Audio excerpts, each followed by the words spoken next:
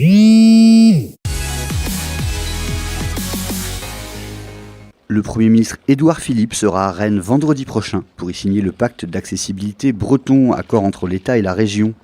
Le document censé fixer les grandes lignes de la mobilité bretonne pour les années qui viennent devrait notamment se pencher sur 3 dossiers chauds, les lignes TGV, la N164 et les aéroports. En juin 2018 à Quimper, le président de la République, Emmanuel Macron, s'était engagé à trouver des financements en compensation de l'abandon du projet de Notre-Dame-des-Landes. La semaine dernière, le président de la région, Loïc Chenet-Girard, avait averti qu'il ne signerait le pacte que si les 10 financements étaient effectivement au rendez-vous. Inquiétude à Morlaix à la veille du rassemblement annoncé des Gilets jaunes samedi. Environ 3000 personnes seraient attendues. Le marché hebdomadaire a été annulé, le stationnement au centre-ville est déconseillé et les commerçants sont sur leur garde. Ce vendredi, les employés communaux ont retiré des éléments urbains susceptibles d'être dégradés ou de servir de projectiles. Polémique à Saint-Brieuc autour de panneaux publicitaires numériques. En cause leur forte luminosité, accusée de détourner l'attention des automobilistes et d'être potentiellement accidentogène.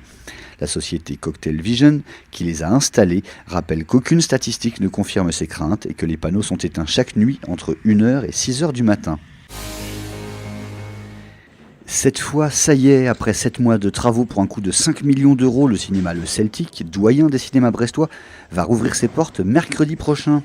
Au programme en particulier, une salle premium immersive inédite à Brest avec résolution 4K, écrans latéraux et des dizaines d'enceintes. Premier film à en bénéficier, le dessin animé Dragon 3. Appel à la mobilisation pour sauver la plage du Ris à Douarnenez, dont l'interdiction définitive à la baignade a été prononcée la semaine dernière par l'Europe. Les surfeurs du Cru organisent un rassemblement sur place dimanche à 16h pour interpeller l'opinion et les pouvoirs publics sur la pollution de leur spot. Ils espèrent évidemment une mobilisation à marée haute.